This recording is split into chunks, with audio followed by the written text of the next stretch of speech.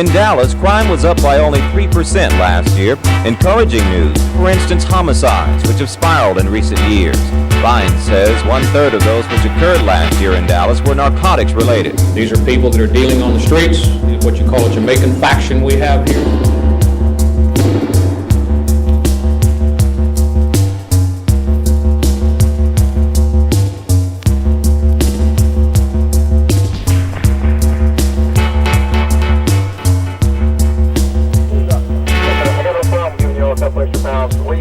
In the parking lot of an Oak Cliff shopping center, suspected Jamaican drug dealers make plans to buy 100 pounds of marijuana from a Dallas undercover cop.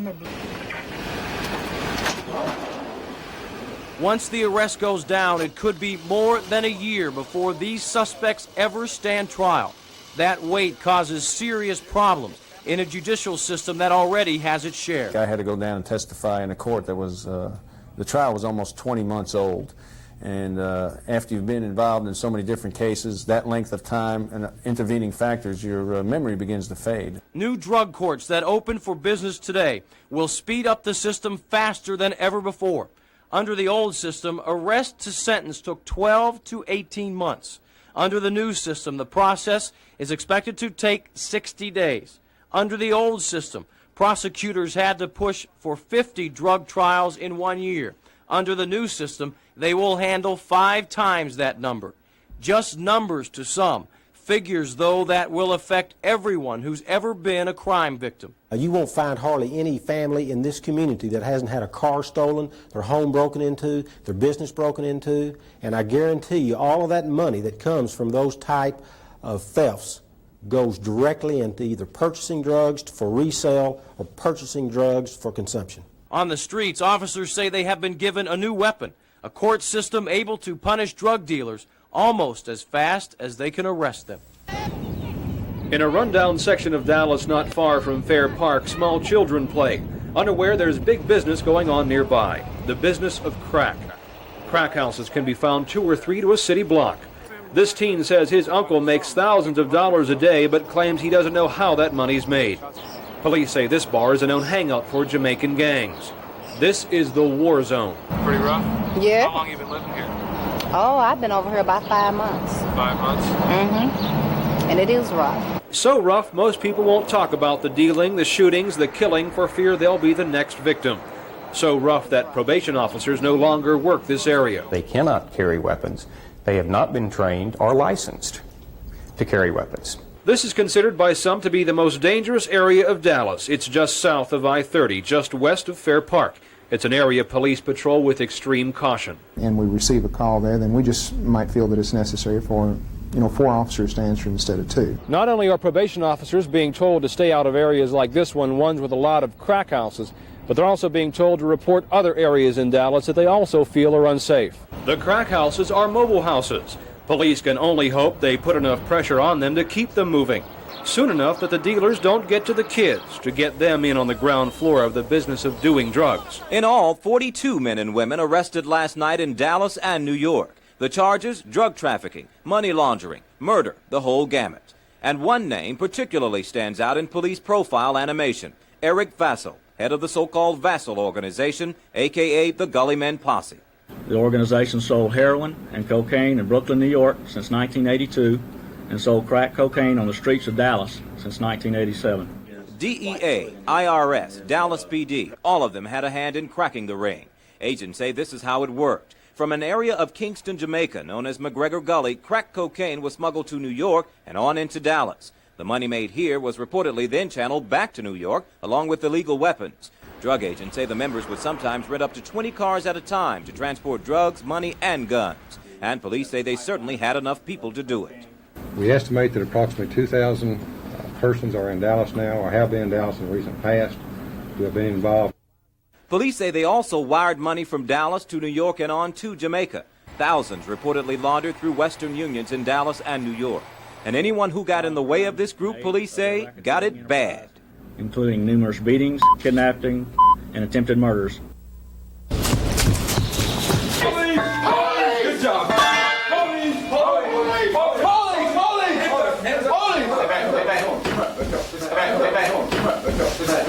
Keep your hands on your head. Come Come on out. Oh, what children today have to see. Drug raids in their living rooms. Mom and dad going to jail on cocaine charges. For delivery of cocaine. When? Doesn't matter when. I ain't never delivered nothing. Investigators say she and her boyfriend were selling crack from their Pleasant Grove apartment. Large quantities of crack. He is a Jamaican. A very violent group of people.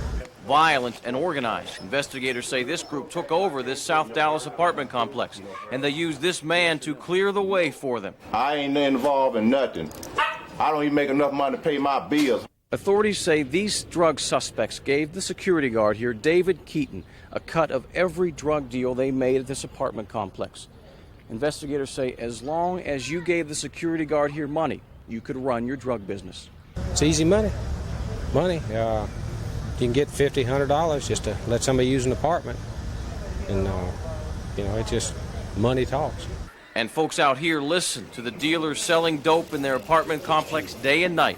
Dealers they are happy to see headed to jail. This is going to help us get the complex completely clean. Give the children a chance to grow up in a drug-free environment. Shelter them from the violence of Jamaican drug dealers and crack cocaine. Marty Griffin, Texas News 5. Police! Police! Okay. Do you want to leave the babies with Tyrone with them? You don't have to keep somebody out here. We've got probably about 500 people that associate with him in this area and probably responsible for about 7% of the murders in Dallas. At this Dallas motel, a shootout among Jamaican drug dealers left 32-year-old Andrew McGregor dead. A gunman pumped 9 automatic pistol bullets through a motel room door, hitting McGregor in the neck and chest. The gunman and another man then barricaded themselves inside a room before surrendering to police. There has been a history of a lot of violence, dealing with these people. Sergeant Dana Whitaker is on a task force set up to combat Jamaican drug rings in Dallas. Since 1984, there have been 47 drug-related murders involving Jamaican drug dealers. Police have solved only half of those. In October, however, 55 suspects were arrested in 14 Dallas raids. Police estimate that Jamaican rings operate 75 drug houses or distribution points in Dallas that generate almost $500,000 in profits every day. These people know what they're doing, and they do it very well. Authorities have identified 500 Jamaican drug dealers in Dallas. Most sell crack and are described by police as vicious, streetwise criminals. Authorities say Jamaican dealers frequently move from Miami to New York and Dallas. They're traveling from city to city, not just from, street to street. That mobility makes Jamaican dealers hard to catch. In Dallas, investigators are closing in on more suspects. Police hope to make arrests before more violence breaks out.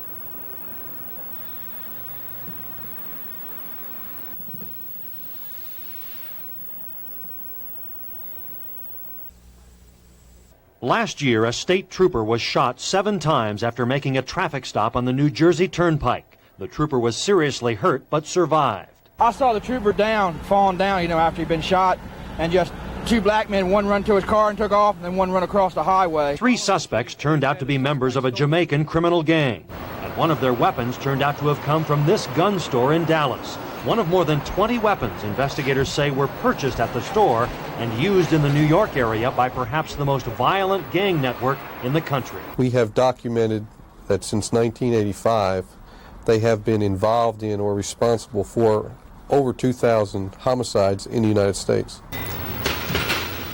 Federal agents and Dallas police climaxed a 2-year investigation with their raid on the Shooting Sports gun shop and 3 arrests. Our investigation revealed that the owner of the store, his employee, and former employee were conspiring to circumvent the firearms laws and the reporting as required by law. I sold this particular gun to a lot of varmint shooters. The owner is 39-year-old Gary Strock of Mesquite. He's accused of selling guns to people he knew were taking the weapons out of Texas.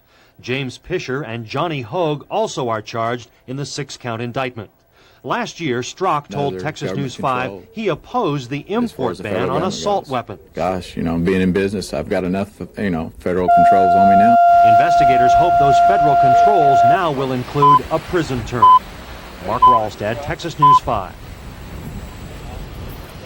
On the porch of a South Dallas crack house, a Jamaican drug dealer is gunned down, a bag of cocaine by his head.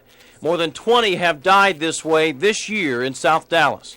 Since 1984, when Jamaicans first arrived in Dallas, until now, the Jamaican posse has been the most organized, the largest, about 1,000 members, and deadliest Dallas gang.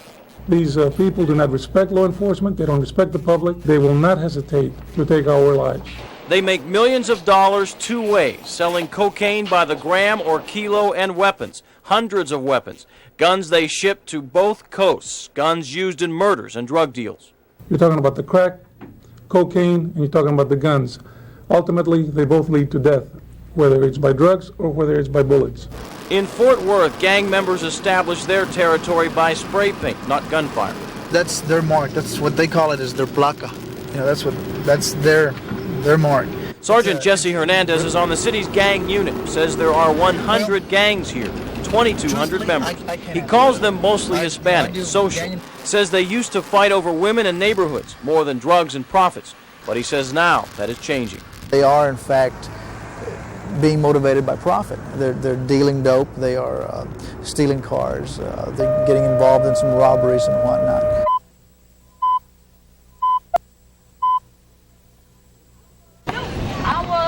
In South Dallas, most of the kids are good kids. They play kids' games, go about their business. Some in South Dallas these days are taking care of other people's business. How much are they? $20 a piece. 20 a piece? Yeah. No, that's too much.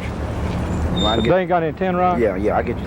Give me 3. Well, give me 2. A teenager sells crack cocaine to an undercover officer, part of a nationwide juvenile problem brought to Texas recently. Police call it the New York-Dallas connection. Close to 100 juveniles, some Jamaican, some American, brought here by Jamaican drug dealers in the last 2 months. They are tougher to check out, tougher to arrest, and the Jamaicans know it. With juveniles, it's so much easier to get them out. Unless you got a good felony, there's no bond. It's just paperwork amount to get them released. But we have to have a good charge on them. They just bring them around here and let them sell. Hey man, you got some ID? For the street cops, questioning juveniles is more and more a part of their daily routine. Many times the answers and names tied to a New York and Jamaican history. Many times a history of violence and drug offenses. Some people say they're only kids, but they're pretty dangerous, aren't they? They're not any kind of kids I'd like to have my own, that's for sure. Police questioned 2 juveniles, both from Jamaica, one with a history of drug arrests. The other can't be immediately checked out. Another night on the streets of Dallas, spent with drug suspects younger than police have ever seen before. Marty Griffin, Channel 5 News Tonight.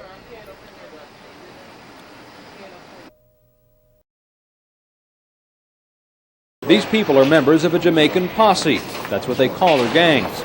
In Dallas, 44 people are in custody for dealing in dope and death. They're very violent. They have no compunction to take life of an officer or each other. Authorities started the probe after 3 Jamaicans were killed in Dallas a few years ago. The murder total has reached 44. We find that they not only have high quality type of weapons, that they also have a lot of them. Dallas police raided Jamaican crack houses and confiscated drugs, weapons, and money. They made $400,000 a day dealing drugs. I feel that here in Dallas, we're hitting at the heart of the organizations. All right. Nationwide, we hope to accomplish that same goal. Federal authorities recognize Dallas as a Jamaican gang stronghold because of all the arrests here. I think a third of this number, as I recall the statistics. That just means there were more warrants out, and not that they were any more successful. They may have more of a problem than some of the others. Authorities in 13 states are still making arrests. They're trying to clear up 600 murders with Jamaican posse connections. Marcella's here.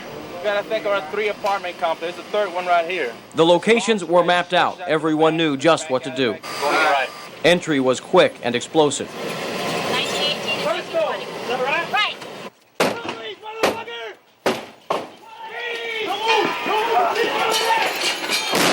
The raids took all day. Heavily armed tactical officers moved from South Dallas to Oak Cliff and then here to East Dallas, where they were after more suspects. These are Dallas streets and Dallas police, but this could be Los Angeles or New York. Drug agents in 20 states swept down on suspected Jamaican drug dealers today after guns and drugs. In Dallas, 20 were arrested. Nationwide, nearly 400. Police are calling it a pretty good day. We certainly do not feel like we've cut out the heart of the organization. We feel like, again, we've made an inroad into the organization. Jamaicans aside, there has been talk about the political motivations behind sending these men out the day of a presidential debate, 3 weeks before the election, a national drug sweep to boost George Bush. It's just a coincidence that we just happen to be bringing down this particular operation at this time. So I have no reason at all to believe that there was anything political at all involved in it. I think it was very coincidental. Politically motivated in Washington or not, all of those involved here in Dallas say the sweep was effective to a degree, reducing the number of Jamaican drug dealers, increasing the police presence in high crime areas. Marty Griffin, Channel 5 News. With enough weapons to take on a small army, police moved in on suspected drug dealers in this apartment complex. They were after Jamaican nationals who were allegedly selling cocaine. What they found when they kicked in this apartment door could have been deadly. Encountered one suspect in the living room of the apartment armed with a pistol. The suspect drew the pistol from his waistband. The first man through the door fired several shots. We're not sure how many just yet. That is yet to be determined.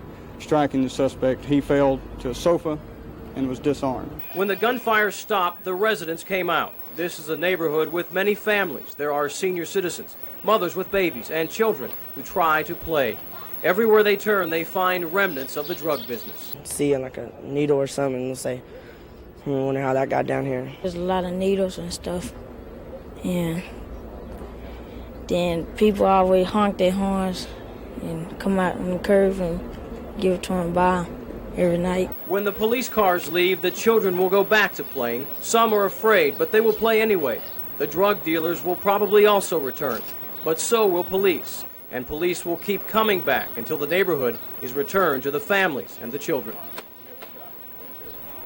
This man beat the system. He's 18, Jamaican, and known as Derek Green, also known as Jonathan Crow, charged with investigation of 2 murders, attempted murder, and aggravated assault on a police officer. This guy is a bad character. He does not need to be out on the street. It was Knoll's own officers who let Green back out on the streets. It was the suspect's 17-year-old cellmate who explains the plot to officers.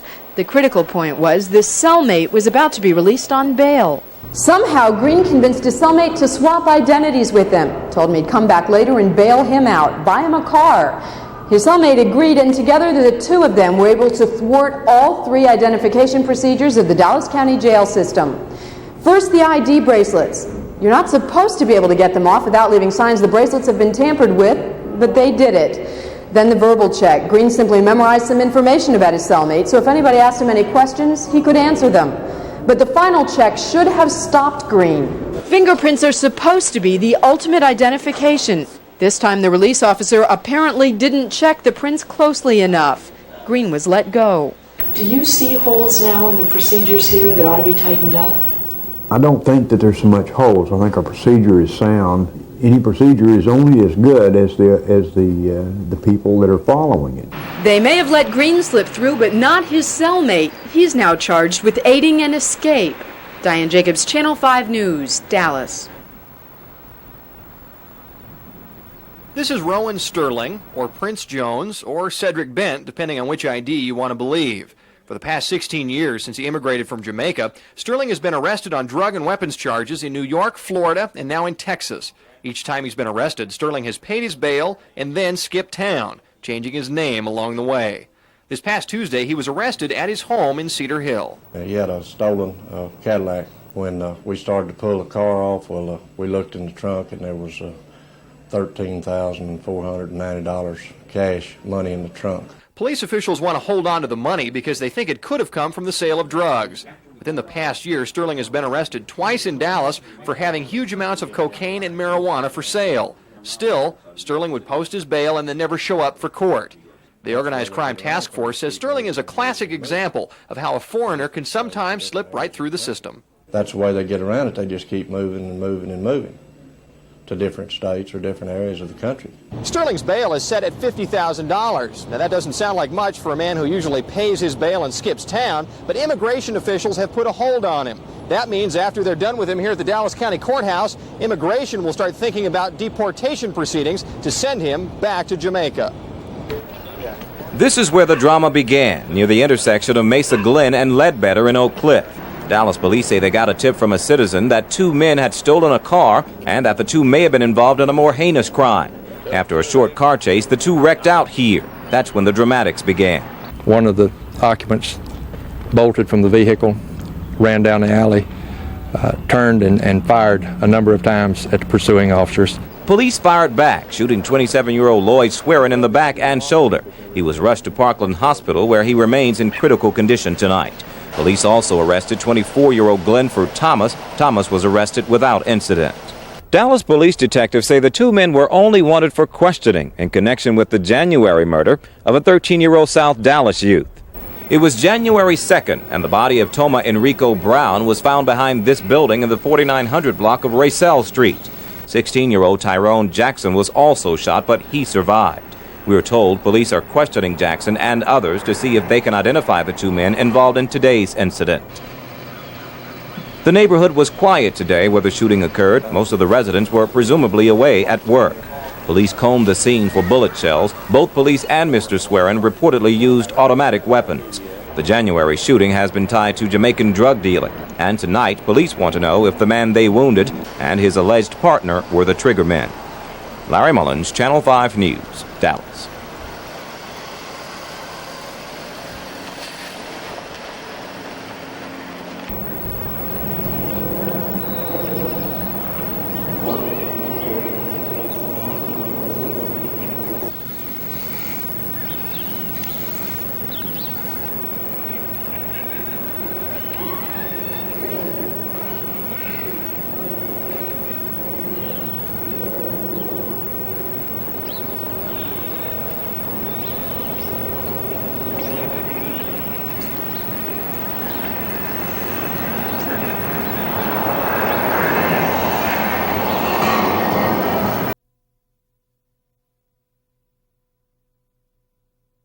And that bucket didn't get full all at one time.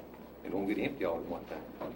It got full. Criminal posses since 1985. And we know that 5 years ago, for example, we only had 2 Jamaican-related murders. In 1988, there were 55 murders that were committed either by Jamaicans or persons associated with Jamaican drug dealers. This, of course, has